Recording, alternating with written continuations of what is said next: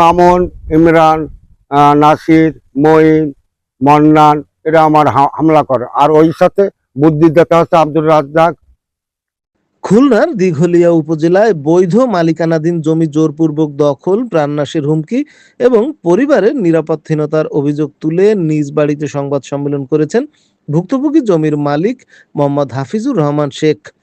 শনিবার বিকেলে উপজেলার সেনহাটি ইউনিয়নের হাজীগ্রাম এলাকায় নিজ বাসভবনে আয়োজিত সংবাদ সম্মেলনে লিখিত বক্তব্যে তিনি দাবি করেন, পানিগাতি মৌজায় এসএ ও বিএস রেকর্ডভুক্ত 3.12 একর জমির মধ্যে 45 শতক জমির বৈধ মালিক তিনি।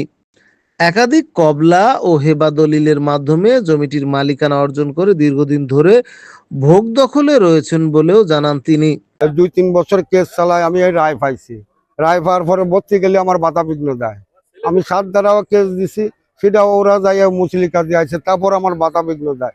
এই সিঁড়ি গাছ আমার লাগানো, আমার ওটা পাতা ফাটতে গেলে দিতে দেয় না, ওরা ডাল ডল নেই।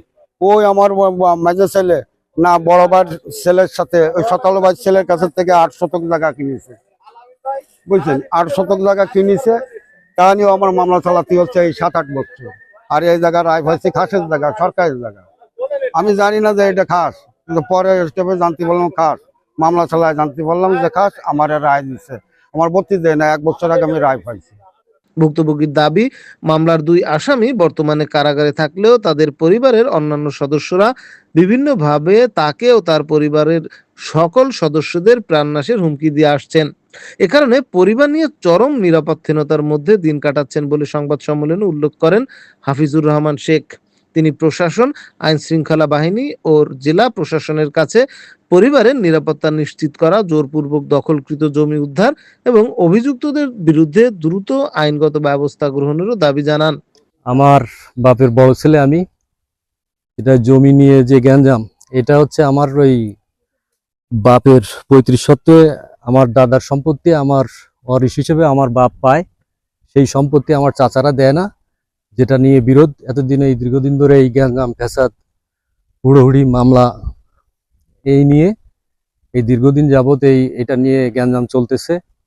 আমি জমিতে আসলে, জমিতে কাজ করতে গেলে তারা বিভিন্নভাবে আমাদের হামলা করে। আর 2 মাস আগে গ্যাঞ্জাম করে আমাদের সাথে আমাদেরকে মারছিল। তাই নিয়ে দিঘলিয়া থানায় মামলা হয়েছে।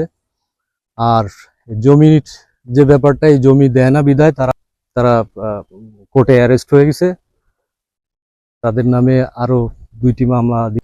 তার অভিযোগ, একই এলাকার মোহাম্মদ মামুন শেখ, মোহাম্মদ ইমরান শেখ ও আব্দুল মান্নান শেখ 2025 সালের 19 ডিসেম্বর জোরপূর্বক তার জমি দখল করে নেন।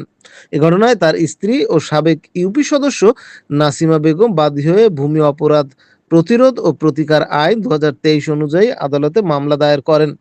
আমি অনেক দিন যাবত এই জমি জাতি নিয়ে ভুগতেছি। হ্যাঁ, আমি মামলা করছি, যাতে মামলা করছে ওরা ধরা, এই জমি উদ্দেশ্য করে ওরা ধরা করেছে। তারপর আমাকে হুমকি হামকি দিচ্ছে, মানে খুবই বিশ্রী ভাষায় গালিগালাজ হুমকি দিচ্ছে আমাদের ফ্যামিলির সবাইকে। আমার ছেলে, মানে আমার স্বামী আমাকে বেরোয় এসে ওরা নাকি মানে মারধর করবে, অনেক কিছু বলে। জন্য আপনাদের কাছে আমরা প্রশাসনের কাছে সহযোগিতা চাই। এ সময় সংবাদ সম্মেলনে উপস্থিত ছিলেন হাফিজুর রহমান শেখের স্ত্রী, সাবেক ইউপি সদস্য নাসিমা বেগম, পুত্র আল আমিন শেখ সহ স্থানীয় গণ্যমান্য ব্যক্তিরা।